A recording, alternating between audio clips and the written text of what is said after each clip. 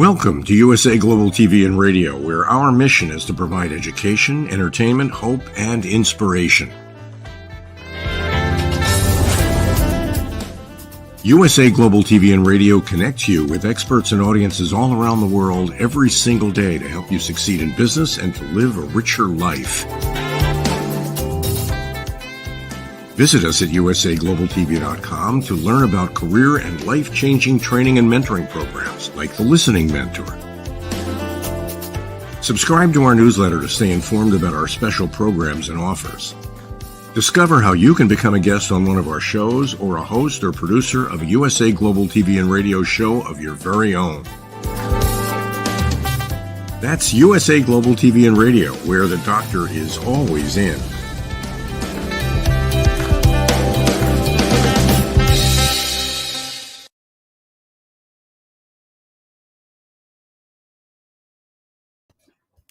Hello and welcome to the Wild at Heart show, real, authentic, uncut. This is the show for men, by men, about men, here on USA Global TV and Radio. I'm the host of the show and the creator. My name is Roland FRIEDL. And yeah, besides of the shows, I do the Mallorca Connection here on USA Global TV and Radio, where we interview interesting people. We also do the Wild at Heart show as now. Also the Earth Show together with my colleague MARCIN and together with the founder and the CEO of the station of Dr. Jürgen Kerbeck, we do It's Your Healthy Lifestyle. And now it's time for the men's show. And today's topic is, what are the levels of passion in a relationship? Yeah, or the last two shows we talked about how passionate can men be in general. And today we want to talk about, because we found out that we should also bring in relationship passion in a relationship. That's what we're going to talk today. We are free today. It's not me, only me.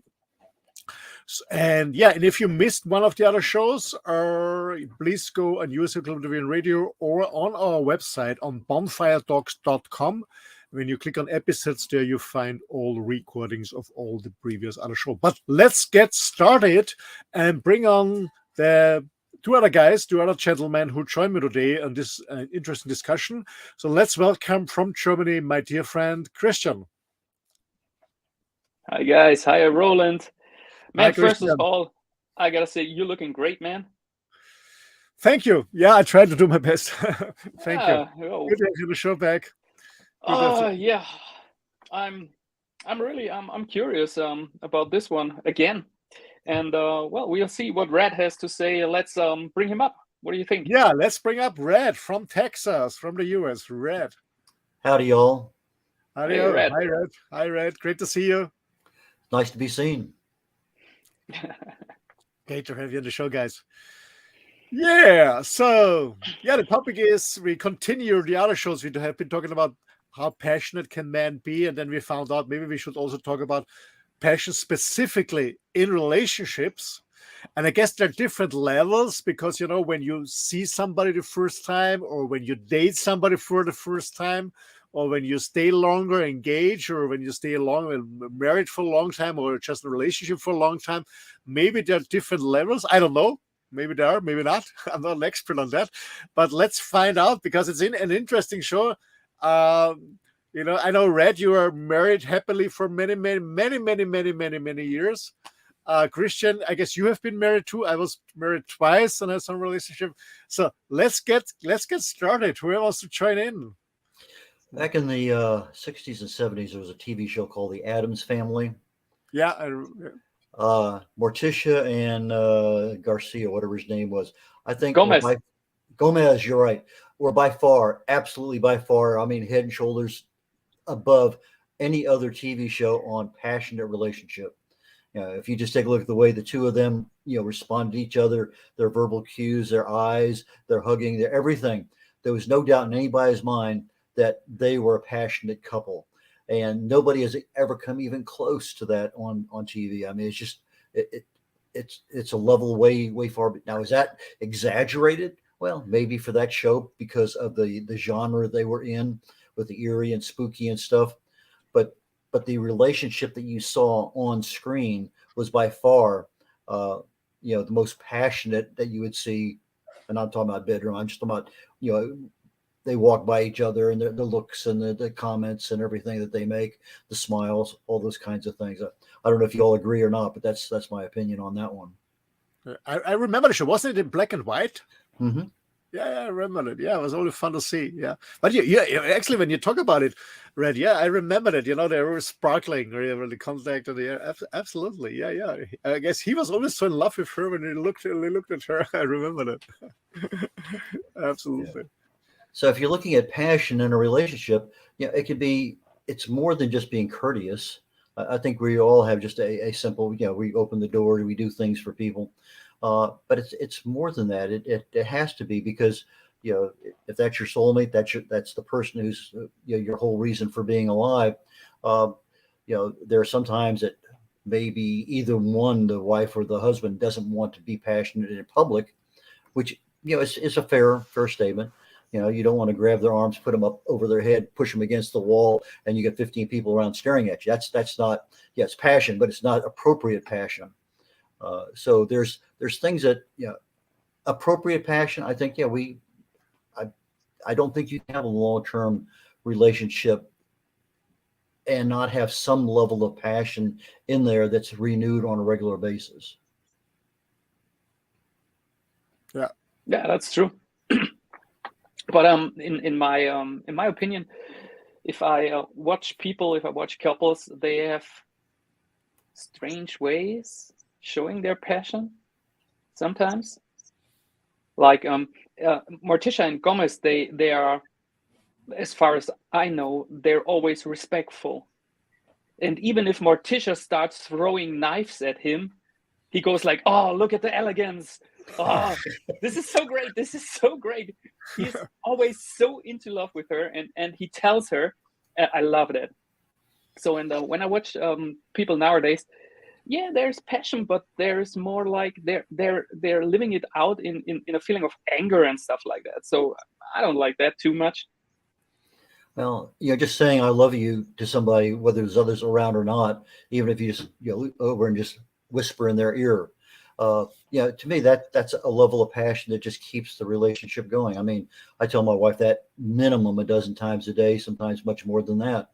And sometimes we just sit there watching TV, the commercials come on or something, and I'll not shout it at her, but I'll look over and look at her, and or in the car, whatever it may happen to be. So I think it's one of those things that it's recognizing that the love exists, and part of that love is being passionate on occasion where it's appropriate.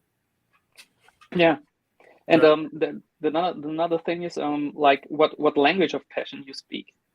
Like, are you a touchy person? So you show your passion in touching people, like a hug, like just walking by or stuff like that, and having a little touch when you walk by, or is it in words, or is it in presence, stuff like that? Well, sometimes you just need a long hug just because it generates a lot of oxytocin, which makes you feel good. So there's a biological response in the body from a hormonal respect that just that hug, even if it's 15, 20, 30 seconds, is enough to just make you feel good. It's like, take a deep breath and hold it. And I usually say, take a deep breath, hold it for 30 minutes. But most of the time, just hold it for a few seconds. But those things do change us, and just the mere act of a hug, I think, goes a long, long ways to just, it's another way of saying I love you. Yeah. A hug is very healing. It's very healing. But this is something. Oh, this is great. I got something. So when I see people hugging each other and they start just touching here, only the shoulder parts, they go like the back stays behind and only the shoulders are touching. So this is like, man, what is this? This is not hug. This is, I don't know what it is. A real hug for me is like touching whole body, like from head to toe, and really tight. That's a hug. Yeah, you can see it much sometimes, when you see the heartbeat of the other person. Yeah, you can see it sometimes when you see these famous people in a newspaper or somewhere, when he kisses her and she's like this, So yeah, absolutely. Or they turn their shoulder so you can't even get front body contact. It's just they want to hugs, but you're only going to get part of me. Yeah, part of me are just like escaping, trying to escape, Yeah. But Christian, you mentioned something interesting. You said the different, when we talk about passion, the different languages we use. So it can be that, for example, I'm a kinesthetic person too, so I love to hug, I love to touch. My ex-girlfriend, not at all, so she didn't like it. Yeah, so she was more about talking. Yeah, we're not very much talker, so it can happen that both love each other or have a passion for each other, but they show it on a different way, and the other one doesn't recognize it, that the other one is passionate and is in love. Yeah. I agree. This is sad. Yeah. Because they're just having different languages. Yes, exactly. And it's not something you can fix easily. And it's just you try to fix something and you're not going to get what you desire, but down the road, incrementally, you might be able to make a change. But if you want a light switch change, no, not going to happen. Yeah. But this is something. If you know your own love language, if you know your own passion language, so you can start communicating that, and then things are getting easier and easier. Well, part of it just all starts with talking. If you're not talking, then you're not sharing anything. And we talked, I think, 2 or 3 or 4 episodes back about sharing intimate thoughts with somebody, and there's a level of trust there, but usually that level of trust is kind of implicit. Well, not even implicit. It's explicit when you get married. Maybe you're just living with somebody. It may not necessarily be as explicit, but certainly, when you sign on the dotted line and you are now married to somebody, there's more than just an implicit relationship and level of trust that's there, because otherwise you would never have gotten that far. Mm-hmm. Yeah. I got I just a few days ago, I read in one of those, I don't know what you call it, these journals we have in Germany, like scientific stuff. And they were writing there that when we hug each other, our I only know the Latin the Latin name, the solar plexus here. This they're electrically infecting each other. Like they're this is like a transformer in electricity. So if my current and the current of my hugging partner, we come together, that mixes, and this gives us energy on an electric way. So think about it. Your heart is really driven by electricity. Sure. And so you have an electric field, you have the blood flowing, you have everything there. Yeah, it may not go out 2 or 3 inches from the body as far as being measurable, but you interface somebody, It is measurable, right? It is measurable. Yeah, but I don't know how far out it is measurable. Can you measure it at a half a mile? No. Can you measure it at 30 feet? Maybe. I don't know. But there's that. It's a measurable. But you put 2 people right together, and they're there for more than just a couple seconds. Yeah, there's going to be some level of intertwining of those electrical currents. I can't understand. I can't not imagine it. This is like I think that the finest measuring instrument is a human. So when I enter a cafe and I'm in the right mood and I'm kind of charismatic and stuff like that, and there are 5 women sitting on the other end of the room, they will recognize me. Even if they don't see me, they will turn their heads because they feel me. This is sensible. This is great. Well, this is absolutely mind-blowing for me. Well, something that's very interesting is we had a couple people on my show, The Wise Ones, and it was accidental that we happened to get into it. But these 2 people, totally independent and different, were big time into Argentinian ballroom dancing, which is some of the most sensual, because you were literally locked solar plexus to solar plexus at times with somebody dancing. And so when you think about when you're dancing, that interweaving of the electrical fields is there. But when you add the music to it, you add the movement, you add the other things to it, it enhances just the mere fact that you're standing still. And I think there's a lot to be said for that. Of course, it's a line movement. Yeah. Of course. Absolutely. And so this is so amazing. People are so amazing. So when you were in the CIA, Christian, and you could scan the whole room, you could pick out the good guys and the bad guys pretty easily, especially the good girls.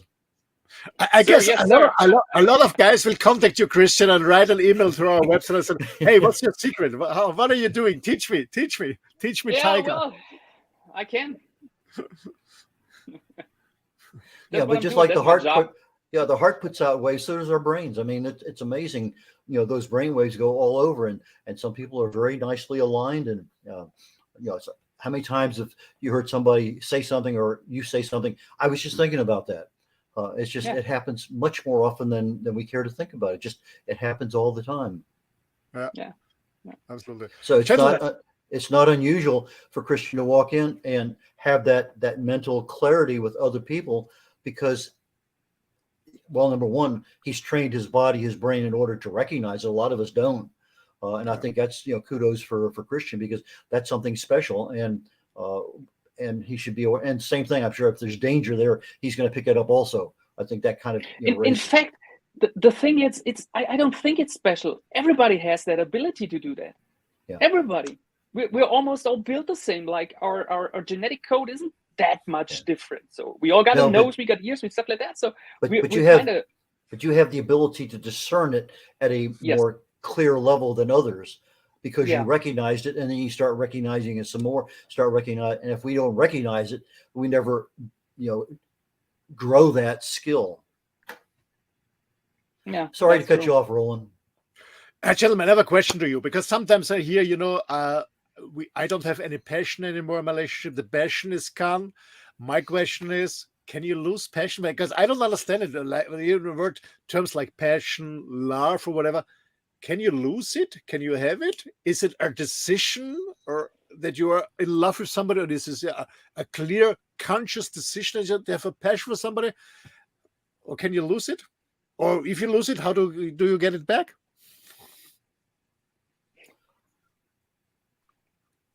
I'm sure you can lose it. The question is, it's up to you. I mean, it's like you have somebody who knows really competent for a job, and you say it's yours to lose, and they go in there and they screw up the interview and they lost the job. So yes, I think you can lose it, because if you're not paying attention to what you're doing, you're going to offend somebody. You're going to go over a line you shouldn't have gone over. There are a lot of things that we do, sometimes intentionally, not knowing it's intentional, sometimes intentionally because we don't want it. So I think absolutely. I think we can do that. Now, can you get it back? Different animal. Do you lose it, or is it gone somewhere else? Yeah, that's what I just wrote. I think you don't lose it. It's just moving, because in scientific words, you can't lose energy. It's just transforming. It's going somewhere else. Like heat is going into movement or stuff like that. So I think if you are passionate in a relationship for a woman, and this doesn't work out anymore, so you shift your passion maybe to another woman, or to another man, or to whatever, to a car, to I don't know. So I think it's not able to lose energy. It's just going elsewhere. Yeah, but if you transform it into hate or something else, now you have another problem that shouldn't have been there to begin with, because you had an energy field that was established, was working. Okay, now that energy field has a different focus, whether it's a car, doesn't matter, another woman, doesn't matter. It's no longer focused where it needs to be.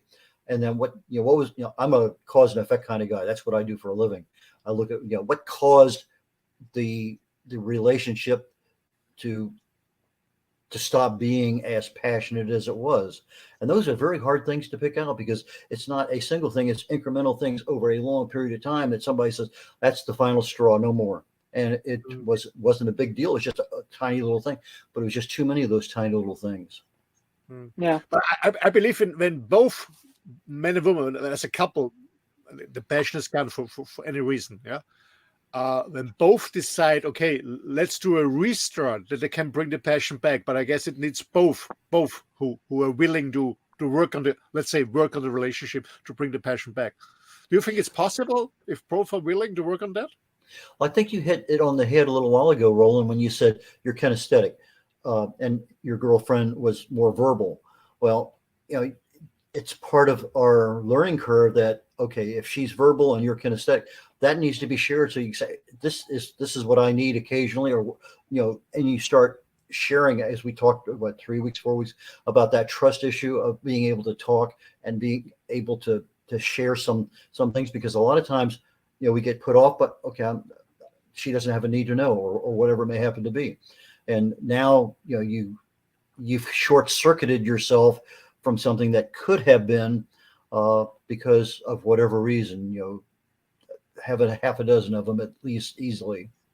Comes back to communication. First thing, I really love this talk. You guys are great. You guys absolutely great. Thank you very much. I think, Roland, to your question, I think it's the healthiest way to start again. Like if both decide to do it, because if only one side starts, it's kind of like bending, and then maybe the personality will break, and then it's like, well, not healthy again, so it's toxic. So yeah, I think it's possible, and it's a good way to start from both sides. Like, one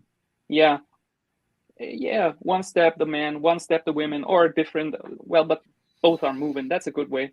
And there was a comment like, our energy goes to ourselves to focus on our projects. This is something I think you have to be aware that you don't start losing people, because if you focus too much on yourself, you might lose some people, and that, well, I don't know. I like people, so I don't want to be alone, really. So maybe this is something to focus on. If you focus on your projects, don't start losing people you like. Well, you also have other situations that happen in life. Let's say, somebody gets sick. They're in an automobile accident. They're laid up for a while. There are things that change very quickly in a relationship, and if that trust and that love and that passion is there, that's going to last throughout that entire relationship. Even sometimes with the drugs and other things, your hormonal imbalances, there's all sorts of things there that, oh, that's not the same person I married. Well, it is, but there's things going on in that person's mind that if we're not compensating for the fact that, it's the drugs talking, not the person. And and then sometimes there's guilt because, one of the guys used to work for me, his wife was driving, all of a sudden blowout, ran across the highway, a car went in the air, crashed, and killed several other people when it came down. And, he was a basket case for a long time. Well, he was, his wife was, and as a result, he was too. And so, there are things that happen, but, if we start a blame game, that there's just so many things that we are not, I don't want to use the word competent to handle. We just never been in that situation, and we don't have the experience how to handle to get us out of that situation. And I think that, just like you're talking about, you want to get two people back together. Well, if we've never done that, that's very difficult. Yeah. This is one of the things, by the way, I like about NLP, as how I learned it. Yeah, like Richard Bandler said, so it teaches us flexibility. So this is great. If you are in a situation you never had before, you get some NLP on your mind, so it makes things quite easy. Yeah, absolutely. I can agree with it, because sometimes, when life is really hitting me, it takes for me 2 hours, and then I'm okay again. Yeah, really. Doesn't matter what happened. I was really fucked. Sorry for this, YouTube. I was really fucked last week several times by the authorities and stuff like that. And then I crashed my motorhome. And today I was robbed, and somebody stole my two $10,000 or $12,000 Rolex today. They really robbed it from my arm. But I'm still okay. It smashes me down, and 2 hours later I'm here on the show, and I'm good. I'm always positive, and that's what I say. It's all about being flexible and taking the best part of it. But when I talk about that's why I'm very passionate about, for example, doing the show. That's why I always show up. But my question is, in relationship, is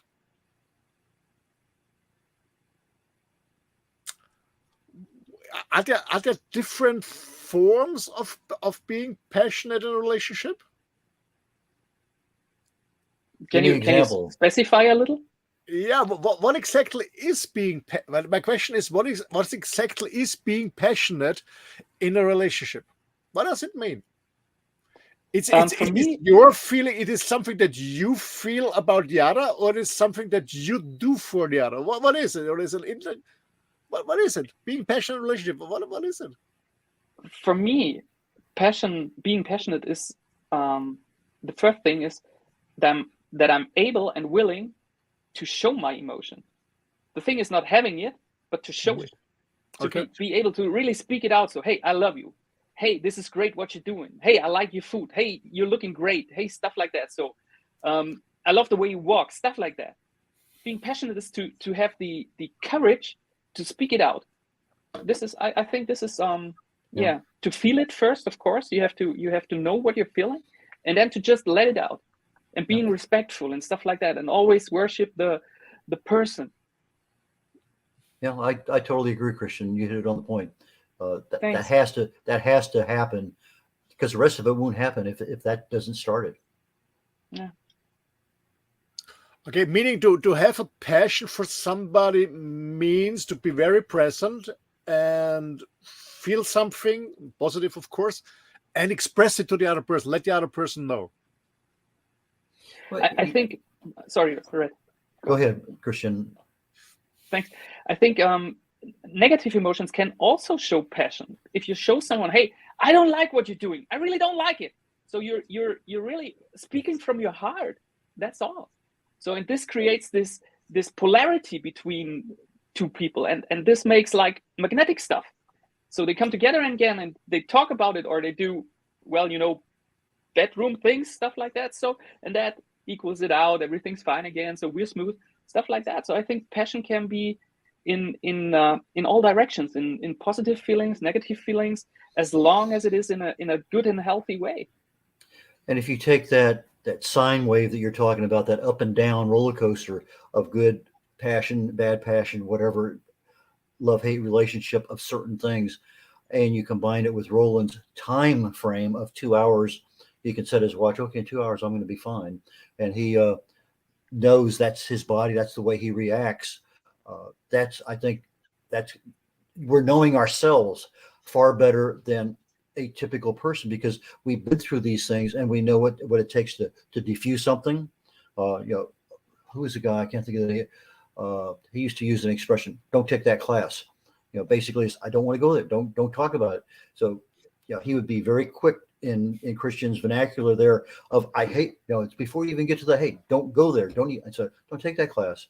So occasionally, my wife will say, don't want to take that class, because we know that if you start going down that road, you're going to get emotions. You're going to start bubbling up in things that maybe you don't want to. I mean, maybe another time you can do it, but right this minute, no. And I think that's a big thing to realize, that, people have hot buttons, and if we continually poke the bear, it's not going to be a good scene. Yeah. So I'm really making up my mind about what Roland said. Like, I'm trying something really, really strange now. I'm trying to get into a woman's mind. So I think when I would be a woman and I meet a guy who's that cool and that certain, like he's in 2 hours back to like normal. If he's getting robbed, if he's crashing his car, if he's losing his watch, stuff like that. And 2 hours later, he's the fine guy again, and he's cool. I would marry that guy. Sorry. This is something you can rely on. This is something you can rely on. This is a good one. Thank you. Yeah, I just realized that it's been robbed an hour and 15 minutes ago. No, that the point is, of course, I was shocked and a little bit. But what I learned in my life is, I can change it. Okay, why worry? I cannot change it. Why should I worry? Why worry? Why worry? Can I change it? I change it. I cannot change it. This situation I can't change. It's gone. It's gone forever. I cannot change it. So it is like it is. Why worry? Why should I spend the rest of the day, of the week, or the month of my life and worrying about things I cannot change? It happened. Bad, yes, but life goes on. Don't worry. Be happy. Don't worry. Be happy. Yeah. It is like it is. I don't know. But Christian, I want to refer to something that you mentioned before. We talked about passion, so negative emotion that come up. Somebody's screaming at you and said, "No, I don't like it." Then it's this. To be honest, gentlemen, I'm very open now. This was a huge learning, and at the beginning, it was a huge confusion for me with my last relationship, because she was very, very emotional, and she was shouting at me and screaming at me and really hitting me when I did something wrong, really extremely.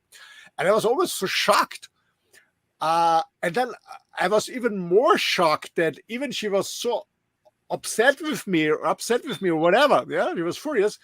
she didn't leave. She stood in a relationship because my experience was when my dad was upset with me, and he was almost all the time upset with me because he was upset with himself. But anyway, my learning was, okay, somebody's screaming at me. This person doesn't like me. And I was always escaping. And then I learned this in this relationship, because the other relationship was not like that. And this was somebody screaming at me, and I said, oh, fuck. I always tried to escape. And then said, oh, she's still there, because she took an hour, 2 hours, 3 hours, half a day by themselves. She came back and everything was fine. And I said, oh, that's strange. I never experienced this in my life before. Never, ever. That's a learning. That's actually a learning. And I learned that because I never expressed negative emotions in a relationship. I never did it. Never, ever. When I was pissed off with somebody, shutting down, working on myself on that, not healthy. And at the end, it was not healthy for the relationship. So that's my message to the gentlemen out there watching us. Express your emotions and learn to express your emotion. First of all, recognize them, what you have, get into it, what you're really feeling, and then talk about it.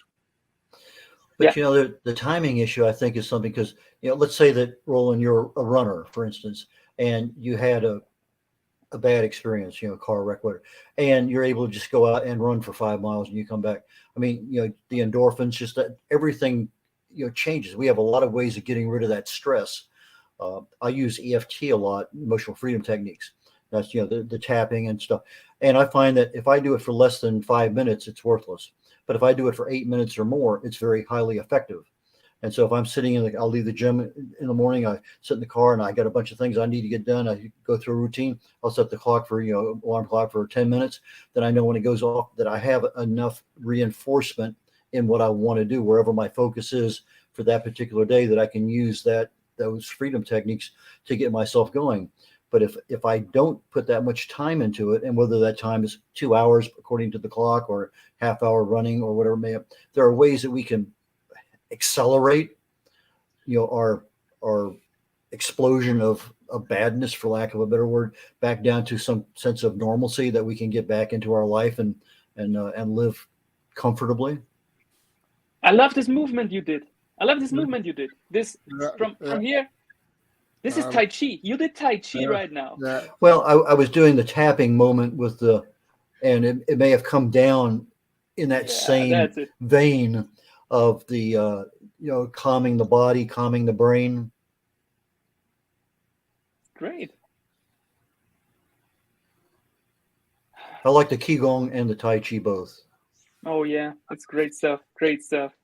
Yes, absolutely. Gentlemen, in a relationship, to keep the passion or keep the fire on, let's call it, keep the fire on, is it necessary that both have maybe work together, have a project together, have a hobby together? Is this necessary or not? I don't know if you could if you can put it that way, like if it's necessary or not. I think it's an individual decision. Like for some, yes, for others, no. So go talk to each other, hug each other, and find out. Yeah. I think in some cases probably so. Especially if you're passionate. Let's say that I'm passionate about, back when I was a teenager, getting into my early 20s. Every one of our friends, we played cards. I mean, saw hearts in space. I mean, hours. That was part of our passion back then. We get together at somebody's house, 6-8 people, and the cards came out. And you get somebody who's a really good partner, and later on I'll join the Navy, and we were in bridge clubs and things like that in your social setting. There's a lot of things there you can do together, and that you almost have that ability to talk without saying anything. And so I think that there's some things there. Now you want to take something a little bit more mundane, cooking, gardening, whatever it may happen to be. There's probably some other painting. There's probably some other things there that, well, maybe body painting might work. Never mind. Woo. So there are things that I think that you can combine and have a better passionate relationship, because they are both levels of passion increased because you're both doing it. But if there's something there that my wife loves to do that I don't, I don't think that's going to happen, and vice versa. We recognize, okay, I'm not into crocheting or something or whatever it may happen to be. That's not my, you want to crochet, go for it. But come back again in a couple hours. Let's just bury yourself there for 2 days crocheting. Well, I guess I it's absolutely helpful agree. when you have a passion, a common passion for a hobby or an activity or a sports club or something like that. I guess it's helpful, or not? Yeah, travel especially for me. Traveling, Oh yeah. Yeah, because you're both sharing experiences at the same time, and you're getting instant feedback from each other. Well, how was that? Well, did you, there's just all sorts of things, and then she sees something that's different than I see, or somebody. My wife is very, very good. I mean, exceptionally good about seeing. You talk about NLP. Boy, she is like honed in on some of that stuff. And he says, what's wrong with that guy? I have no idea. It turns out 2 weeks later, I find out he's in the middle of a divorce or something. But so she has the ability to kind of see in between the seams that I never knew there was a problem. Oh yeah, big time. Can't you see it? No, I can't. Yeah, I haven't been trained right. But NLP is a very effective tool, and I think in relationships and passion, it's probably a very desirable one to have because you can see things instantly. Just a little frown in the face or something. There's something that happened. I mean, my wife and I were in San Antonio a couple of days ago, and we were sitting there eating, and all of a sudden something happened, and she saw my face, and she said, "Okay, what did you just see?" And it was just, I didn't think it was that long, but she saw something there, and so I commented what I happened to see, which was unusual, and nothing, that was it. But she saw that instantly, and it's just one of those things. I think it helps a relationship when you know that there's something the other person can see or feel that you experience. Exactly. But I guess there's a difference between I'm interested in something or I have a passion for something. Yes. There's a huge difference. Mm-hmm. Absolutely. Being interested is a minds game, and having passion is a heart's game. Emotional, heart and brain. Absolutely. Well, we're doing pretty guys, well. That's a good one. Yeah, a couple of minutes left in the session today. I think we covered a lot of territory. Yeah, absolutely. So my question to you, Red, is because you've been married for a long time happily. What's your secret of being still passionate in a relationship? What's your secret? Well, I get asked that question. It would be 55 years in July. And I think the one thing that makes that relationship last is you don't change somebody. You accept everything that's there.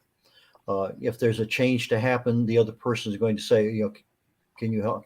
But if you try to change somebody, neither one of the two people are going to be happy. I think I've mentioned this in shows before. You love that person. You became emotionally attached to that person because of them, whatever they were doing. 20 years later, they may not be doing the exact same thing, but it's still the same person. And if there's something there, I wish you wouldn't do that. Well, you might express it one time to let them know that's not what you like, but you don't harp on it every other day, because that's not passion, number one. It's miscommunication, number two. It's not something that you want to develop a relationship on, because now you're starting to dive over that edge, and you don't want to hit that bottom on that one.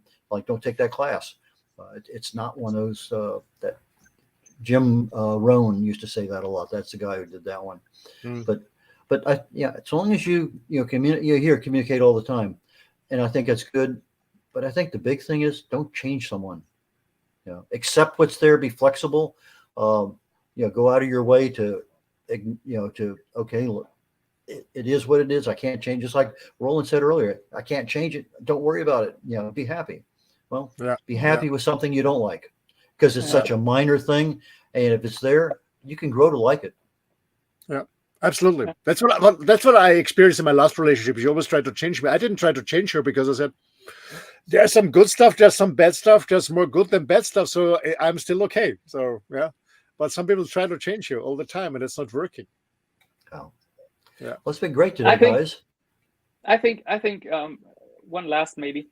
I think one thing that Red is really good at is humor. Because I think if you don't have a good sense of humor, man, you won't make it that long. Yeah. Even if it's dry humor. So what? Absolutely, absolutely. But you're right. Oh, I think it adds to the personality when you can do that on a regular basis. It makes you feel good too. I mean, there's just no doubt about it. We feel better when we're laughing, we're smiling, we're happy, and so exactly. you have that. You're sharing that happiness with somebody else, and it's contagious. Absolutely, it's humor. Absolutely, it's same to me. No, but something happened. I have a shock face, but I try to keep it as short as possible. And then go with humor and with fun, and the world is still turning around and beautiful. Absolutely, it's like in Life of Brian. You know, the last scenes. Yeah. Always look on the bright side of life. Yes, absolutely. It's like Gomez dodging the knives. It's coming from Morticia. I still love you. I still love you, even though the knife. Absolutely. Gentlemen, thank you so much. Thank you so much for sharing your knowledge and your experience and open up. And I really want to encourage our audience, contact us, go to our main website. It's bonfiretalks.com. You can find the recordings of the show.